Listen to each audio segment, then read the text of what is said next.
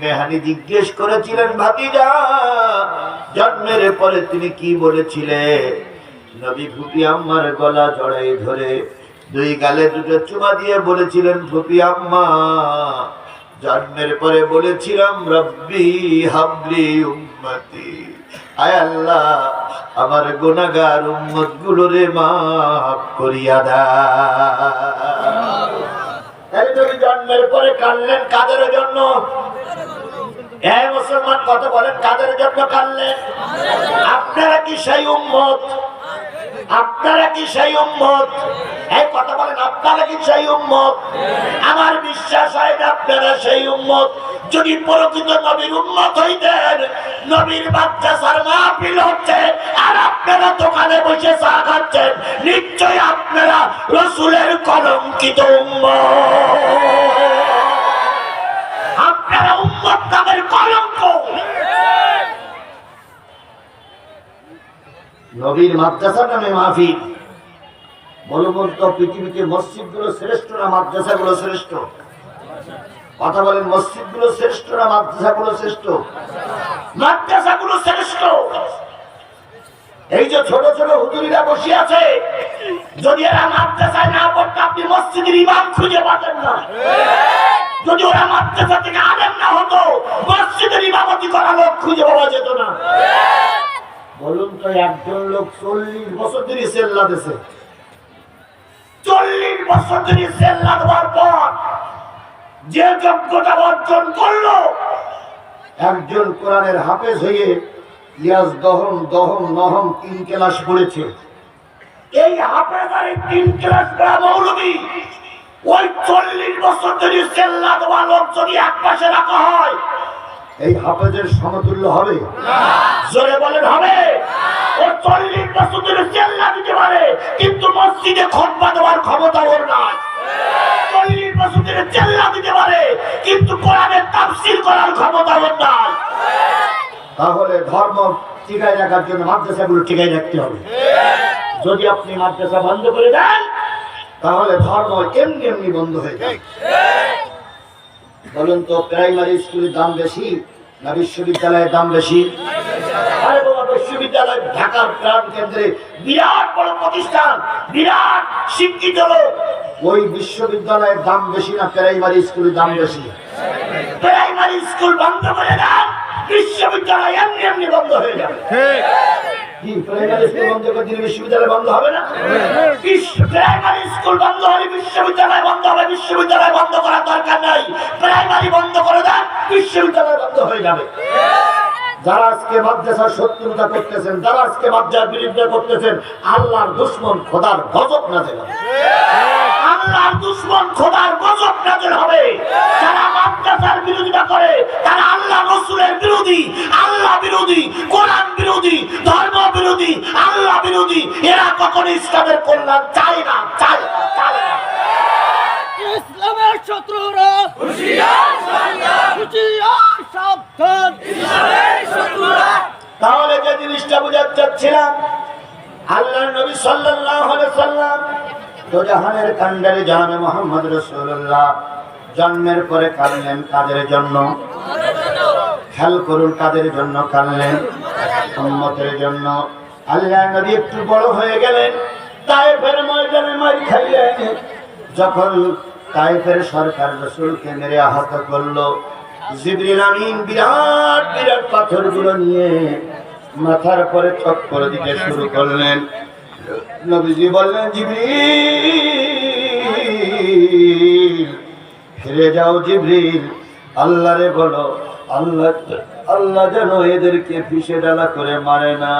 যদি এরা সব মারা যায়, আমি কালেমার দাওয়াত কারে শোনাবো? বলুন, তায়েফের ময়দানে মার খাওয়ার পরেও কি রাসূল প্রতিশোধ নিয়েছেন?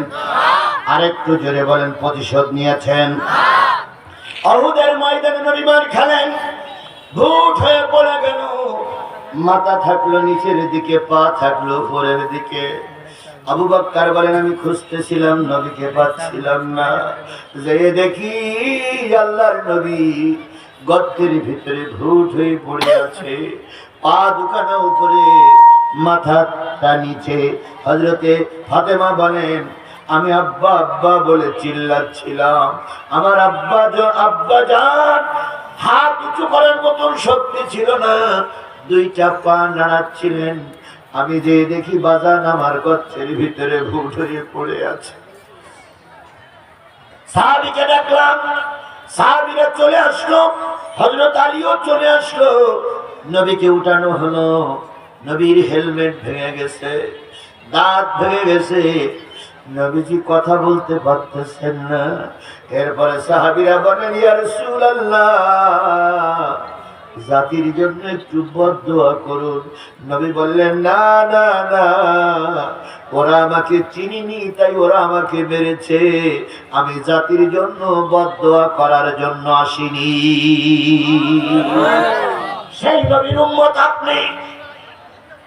নবী এত মারি খাওয়ার পরও প্রতিশোধ দেন নাই। আর তোমার এখানে একটা প্রতিষ্ঠান আছে, মসজিদ আছে, মাদ্রাসা আছে, তুমি মুসলমানের বাচ্চা হয়ে মাদ্রাসা মসজিদের বিরোধিতা করতেছো, নিশ্চয়ই তোমার জন্মের ভিতরে ভেজা।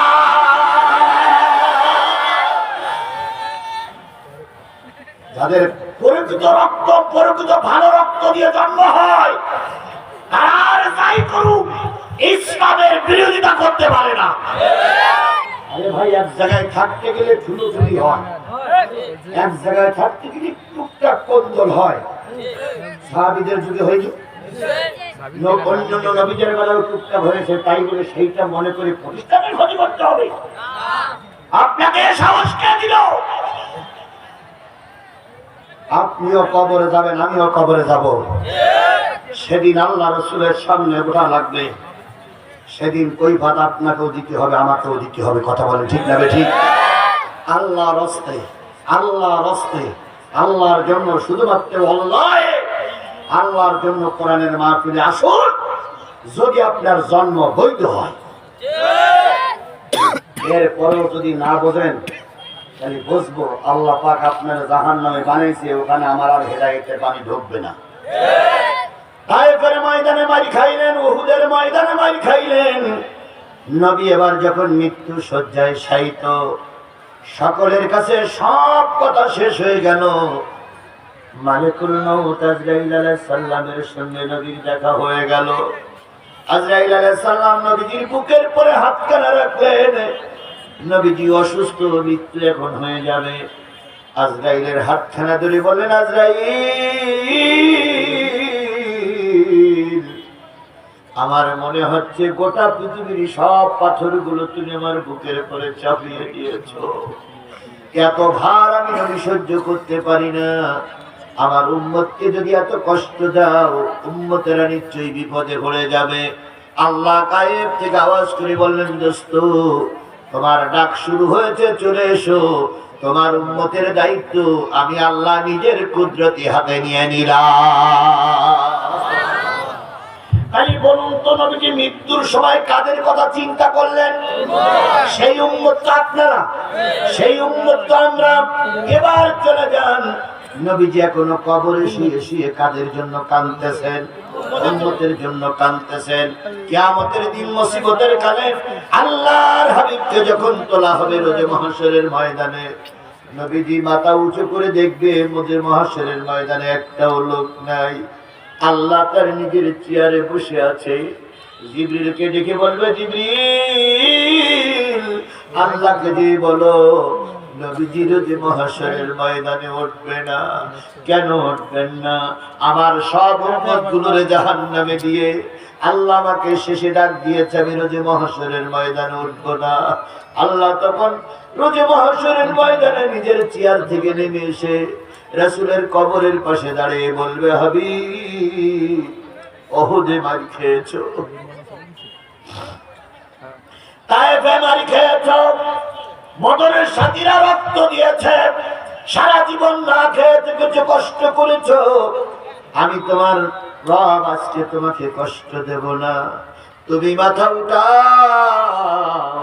আজকে যার জন্য সুপারিশ করবে আমি নবী তাকে জান্নাতে দিয়ে দেব।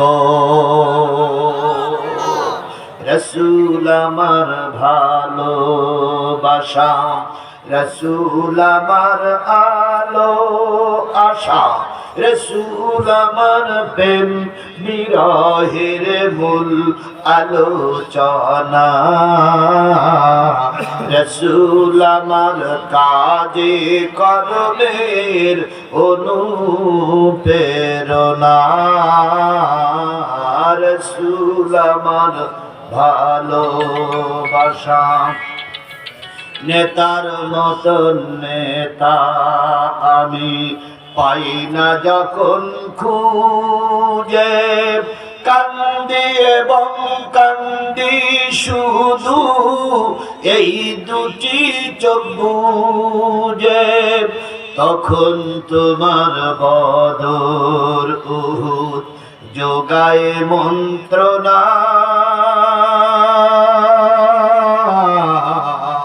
রসুল আমার কাজে কর্মের অনুপ্রেরণা, রসুল আমার ভালোবাসা।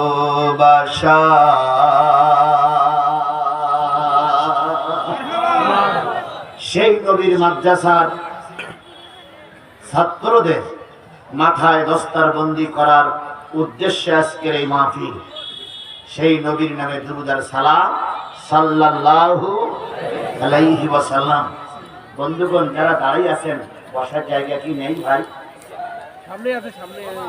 বসার জায়গা কি নেই ভাই? আমার সোনা ভাই আমার, ইসলাম এখন প্রায় বিদায় নেবার পথে।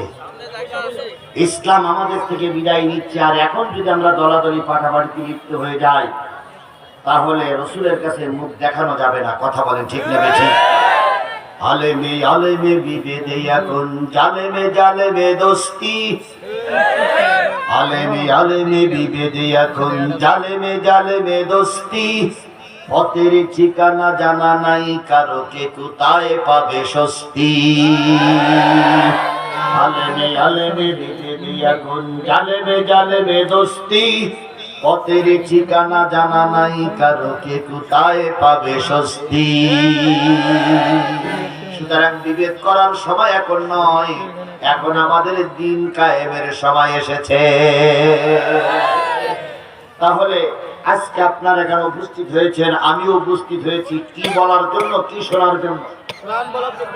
সবাই মিলে বলুন, কি বলার জন্য, কি শোনার জন্য? আমি সূরা নিসার একটা আয়াত তেলাওয়াত করেছি, ৭৫ নম্বর আয়াত।